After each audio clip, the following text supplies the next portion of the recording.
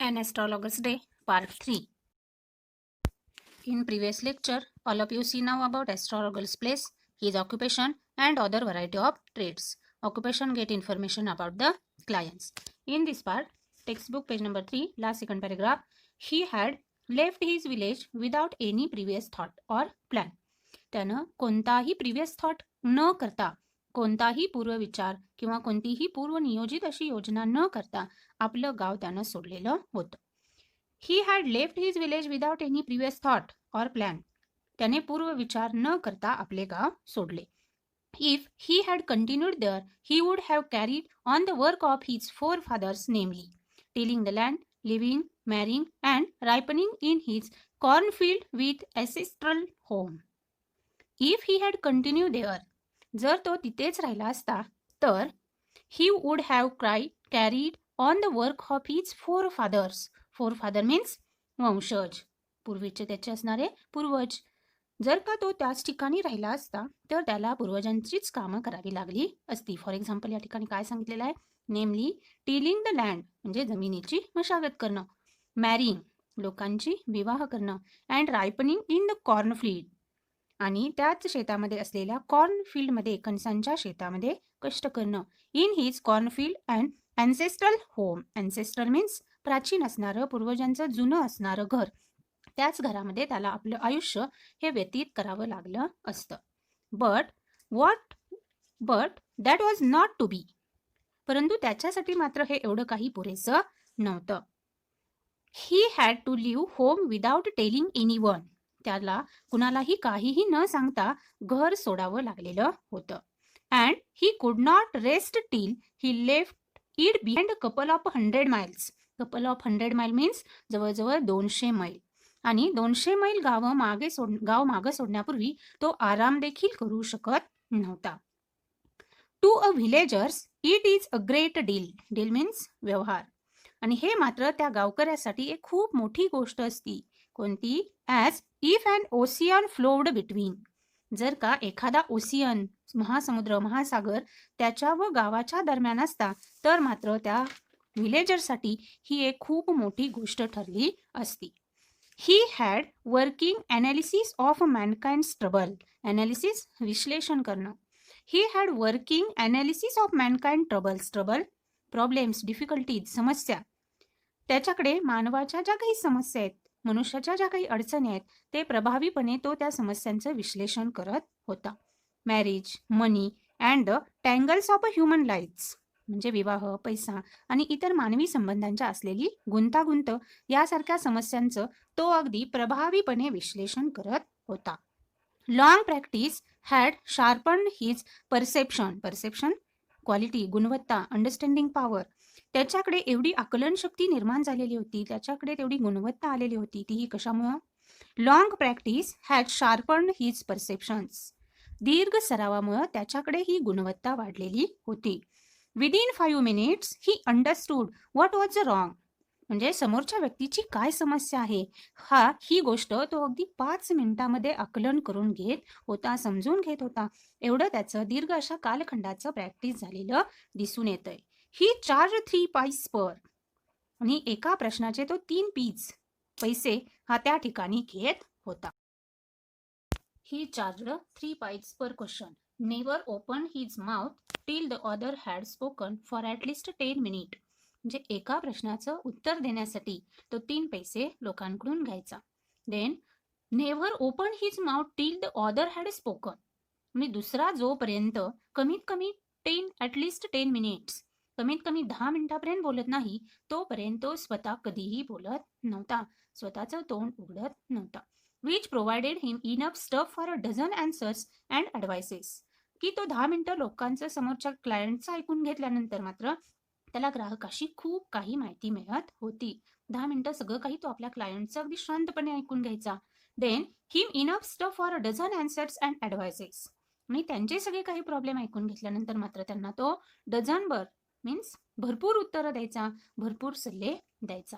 Wien he told the person before him gazing at his palm, in many ways you are not getting the fullest results for your efforts. 9 out of 10 were disposed to agree with him. And when he told the person before him, जेव्हा त्याच्यासमोर असलेल्या व्यक्तीला तो त्याचा पान पाहायचा, तळहात न्याहाळायचा आणि सांगायचा. काय तळहात पाहून सांगायचा? In many ways you are not getting the fullest result for your efforts. अनेक प्रकारे जरी तुम्ही खूप प्रयत्न केले तरी तुम्हाला हवं तसं यश मिळत नाही. 9 out of 10 were disposed to agree with him. 10 पैकी 9 लोक यामुळं आपल्या चिंतेमधून बाहेर यायचे. And to agree with him, आणि त्यालाच सहमत व्हायचे की बरोबर आहे, आमच्या बाबतीमध्ये हे असंच घडत आहे, आम्ही खूप प्रयत्न करतोय पण आम्हाला सक्सेस काही होत नाही. ऑर ही क्वेश्चन, किंवा तो त्या समोरच्या लोकांना प्रश्न करायचा, is there any woman in your family. तुमच्या कुटुंबामध्ये अशी एखादी स्त्री आहे का? May be even a distant relative, किंवा दूरच्या नात्यामध्ये अशी एखादी स्त्री आहे का? Who is not well disposed towards you, की ती स्त्री तुमचं चांगलं चिंतन करत नाही. असा प्रश्न हा ॲस्ट्रॉलॉगर समोरच्या क्लायंटला विचारायचा. Or he gave an analysis of a character, आणि फक्त प्रश्न विचारूनच थांबत नव्हता, तर त्या स्त्रीचं असणारं कॅरेक्टर थोडं ॲनालिसिस करून क्लायंटला सांगायचा. ॲनालिसिस, विश्लेषण करून सांगायचा की ती स्त्री अशी आहे तशी आहे. मग त्या समोरच्या माणसांना सुद्धा ती गोष्ट मान्य होत असणार. Most of your troubles are due to your nature. आणि तो सांगायचा की तुमच्या बऱ्याच समस्या ह्या तुमच्या नेचरमुळे उद्भवलेल्या आहेत. नेचर मीन्स तुमच्या स्वभावामुळेच निर्माण झालेल्या आहेत. How can you be otherwise with Saturn where he is. Saturn means शनिग्रह. तुमच्यावर शनीची दृष्टी कशी होऊ शकते? तो जेथे आहे त्या ठिकाणावरूनच ह्या सगळ्या गोष्टी घडत असतात. वेअर ही इज, की ज्या पुस्तकामध्ये ज्या स्थानी शनिग्रह आलेला आहे त्याचप्रमाणे या सगळ्या गोष्टी घडणार आहेत. You have an impetuous nature and a rough exterior. आणि याच शनीची दृष्टी तुमच्यावर असल्यामुळं तुमचा स्वभाव हा थोडा रागीट व बाह्यरूप, and rough exterior. Exterior means बाह्य. तुमचा स्वभाव हा रागीट आणि बाह्यरूप कडक असा तयार झालेला आहे. This endeared him to their hearts. Endeared means endeared made a likeable, म्हणजे सहमत होणं की ही गोष्ट आपण मान्य करणं. This endeared him to their hearts immediately. आणि मग लगेचच लोक त्याचं हे बोलणं ऐकल्यानंतर त्याच्या त्या बोलण्याशी सहमत व्हायचे. For even the mildest of us loves to think that he has a forbidding exterior. की लोक त्याच्या बोलण्यावर लगेच आपली सहमती दर्शवायचे. आपल्यापैकीच सामान्य व्यक्तीला सुद्धा हा विचार आवडतो की त्याचे बाह्यरूप तो निषिद्ध म्हणतो. Of us loves to think that he has a forbidding exterior. Forbidding exterior means भीतीदायक असणारं बाह्यरूप. त्यानं ते त्याचा फेस वगैरे असा डार्क केलेला, कपाळावरती ते ऑरेंज कलर लावलेला, रेड कलर लावलेला, अंगारा लावलेला, हे त्याचं बाह्यरूप बघून लोक घाबरलेली असायची. परंतु त्याच्या त्या वाक्यांना, त्याच्या त्या विचारांना मात्र आपली थोडीफार संमती हे त्याचे क्लायंट दर्शवत होते. The nuts vendor blew out his flare and rose to go. Blew out विझवणे, फ्लेअर ज्योत प्रकाश. द नट्स वेंडर जो शेंगदाणे विक्रेता होता त्यानं आपला दिवा विझवला. अँड रोज टू गो, आणि तो घरी जाण्यासाठी उठला. Rose to go home. This was a signal for the astrologer to bundle up too. आणि या भविष्यकारासाठी सुद्धा साहित्य आवरण्याचा त्यानं हा एक संकेत दिलेला होता. Since it left him in darkness except for a little shaft of green light which strayed in from somewhere and touched the ground before him. Except means च्या शिवाय. बंडल अप गुंडाने, गोळा करणे. शाफ्ट ऑफ ग्रीन लाईट की हिरवा अशा प्रकाश किरण, हिरवा प्रकाश. This was a signal for the astrologer to bundle up too. आणि हा भविष्यकारासाठी देखील आपलं साहित्य आवरण्याचा एक संकेत होता. Since it left him in darkness except for a little shaft of green light which strayed in from somewhere the touched the ground before him. कारण त्याच्या भोवती अंधार पसरलेला होता, अंधार झालेला होता. कारण नट्स विक्रेत्यानं, शेंगदाणा विक्रेत्यानं आपला दिवा विझवलेला होता. त्यामुळे भविष्यकाराच्या भोवती हा अंधार पसरला. फक्त एक हिरव्या दिव्याचा प्रकाश ज्योत कुठून तरी हलत येऊन त्याच्या समोरील मैदानावर पडलेला होता. ॲस्ट्रॉलॉगरच्या समोरच्या बाजूला असा हिरवा प्रकाश पडलेला होता. He picked up his cowries, shells and paraphernalia. Paraphernalia means a large number of small articles used in a particular activity or personal possessions. म्हणजे स्वतःच्या व्यवसायासाठी असलेली त्याची ती मालमत्ता. He picked up his cowries, shells and paraphernalia and was putting them back in to his bag. आणि मग या ॲस्ट्रॉलॉगरनं काय केलं? आपल्या कवड्या आणि स्वतःच्या मालकीचं असलेलं इतर सगळं साहित्य पुन्हा एकदा उचलायला सुरुवात केली आणि ते सगळं आपल्या बॅगेमध्ये ठेवलं. He looked up and saw a man standing before him. आणि हे सगळं साहित्य तो भरत असताना, साहित्य आपल्या बॅगेमध्ये ठेवत असताना, putting them back in to his bag when the green shaft of life was blotted out. की तो त्याच्याभोवती जो प्रकाश पसरलेला होता, हिरवा प्रकाश ज्योत सुद्धा अंधारमय झालेला होता. Looked up and saw a man standing before him. आणि मग त्यानं वर पाहिलं, कारण तो हिरवा प्रकाश दिसायचा सुद्धा बंद झालेला होता. त्यानं वर पाहिल्यानंतर त्याला त्याच्यासमोर एक व्यक्ती, a man standing before him, त्याच्यासमोर एक व्यक्ती उभी राहिलेली पाहायला मिळाली. He sensed a possible client and said. त्याने ग्राहकाची पॉसिबिलिटी समजली, शक्यता समजली की या व्यक्तीला नक्कीच काहीतरी अडचण आहे, हा आपल्या अडचणीमध्ये आणि आपल्याकडे तो आलेला आहे. You look so careworn. आणि मग त्या समोर उभ्या असलेल्या व्यक्तीला हा ॲस्ट्रॉलॉगर काय म्हणालेला आहे? You look so careworn. Careworn, चिंताग्रस्त. तुम्ही खूप काळजीमध्ये दिसत आहात, चिंतेमध्ये दिसत आहात. It will do you good to sit down for a while and chat with me. तुम्ही थोडा वेळ इथं माझ्यासमोर बसा, माझ्याशी बोला, म्हणजे तुमचं सगळं काही चांगलं होईल, तुमचं काही भलं होईल. Chat with me. ज्या काही तुमच्या अडचणी आहेत त्या तुम्ही मला सांगा. The other grumbled some reply vaguely. Grumbled means चिडलेला, रागवलेला. The other grumbled some reply vaguely. Vaguely अस्पष्टपणे. दुसऱ्या व्यक्तीनं मात्र त्याला अस्पष्टपणेच उत्तर दिलं. The astrologer pressed his invitation. की त्या भविष्यकारानं त्याचं आमंत्रणाला जोम दिला, त्याचं आमंत्रण स्वीकारलं.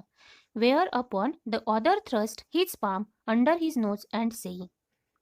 तेवढ्यात त्या व्यक्तीनं आपलं भविष्य जाणून घेण्यासाठी त्या ॲस्ट्रॉलॉगरच्या समोर आपला हात पसरला. You call your self and astrologer. आणि त्या ॲस्ट्रॉलॉगरलाच काय म्हणाला? तुम्ही स्वतःला भविष्यकार समजता का? The astrologer felt challenged and said. भविष्यकाराला हे एक आव्हानात्मक वाटलं आणि तो त्या व्यक्तीला म्हणाला, tilting the other's palm towards the green shaft of a light.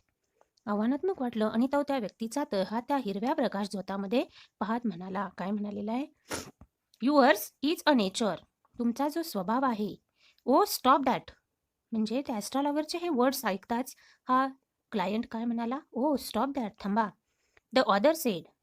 अरे थांबवा हे, तो व्यक्ती म्हणाला.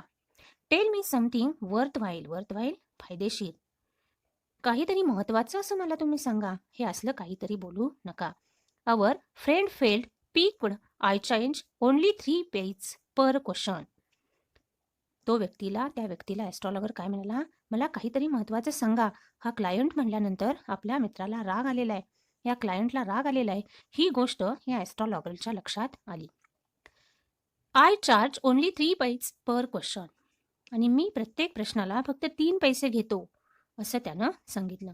And what you get ought to be good enough for your money. आणि तुम्हाला जे काही मिळेल ते तुमच्या पैशांच्या मोबदल्यात योग्यच असणार आहे. म्हणजे तुम्हाला मी जो काही सल्ला देईन तो तुमच्या पैशांमध्येच असणारा असेल. At this the other withdrew his arm. Withdrew means मागं घेणं. At this the other withdrew his arm. यावर दुसऱ्या व्यक्तीनं आपला स्वतःचा हात मागे ओढून घेतला आणि टूक आउट अँड आना. आणि त्यानं आपल्या खिशामधून पैसे काढले. आना मीन्स पैसे, money. And flung it out to him. Flung means to throw out, फेकणे. आणि या ॲस्ट्रॉलॉगरच्या समोर फेकले. Saying I have some questions to ask. आणि काय म्हणाला? मला काही प्रश्न विचारायचे आहेत. If I prove you are bluffing. जर मी हे सिद्ध केलं की तुम्ही मला ब्लफिंग करत आहात. ब्लफिंग मीन्स फसवणूक करणे. जर का तुम्ही मला फसवत आहात, तुम्ही माझी फसवणूक करत आहात, हे मी प्रूव्ह करून दाखवलं, सिद्ध करून दाखवलं, तर यू मस्ट रिटर्न दॅट आना टू मी विथ इंटरेस्ट. तर मात्र मी तुम्हाला जे काही आना दिलेला आहे, जे काही पैसे दिलेले आहेत, ते तुम्ही मला व्याजासहित परत केले पाहिजेत, व्याजासहित परत दिले पाहिजेत. इंटरेस्ट मीन्स व्याज.